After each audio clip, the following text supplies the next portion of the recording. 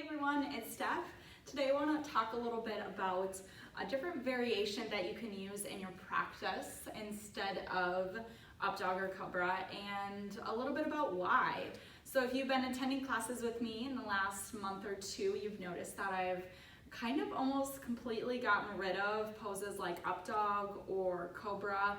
And the reason being is because it kind of ends up turning into dumping into the low back.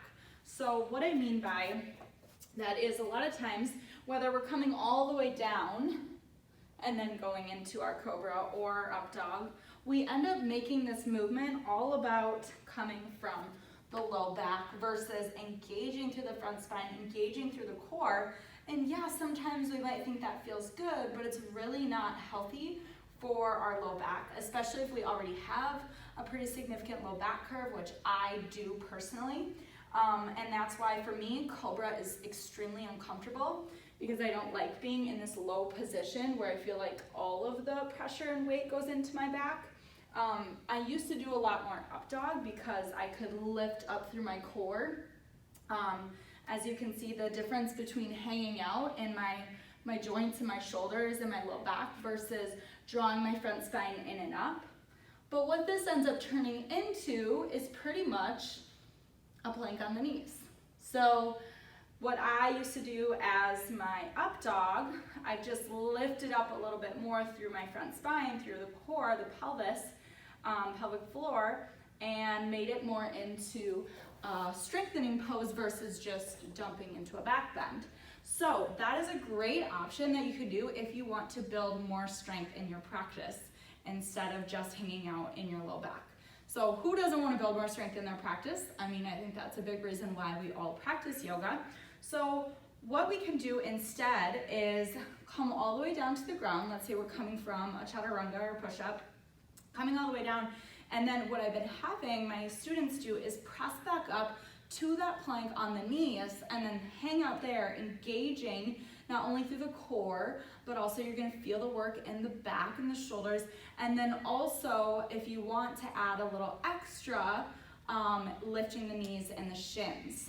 So I'm gonna show you what that looks like. So let's say we're coming from our plank wave here, setting up in that high plank, lowering the knees, inhale, exhale, I do my slow lower down. Inhale, keeping my shoulders as high as my elbows so I'm not dumping into them. So kind of lifting those shoulder blades together. Inhale, exhale, press back to that plank on the knees. And then stay here or lift the knees and the shins for a pointed toe plank. Now notice how much core engagement I have here versus being here. And my back just cracked when I went into that. So it's about making the poses stronger and defaulting from just kind of dumping into them. Another big thing you'll notice is I took that chaturanga from the knees.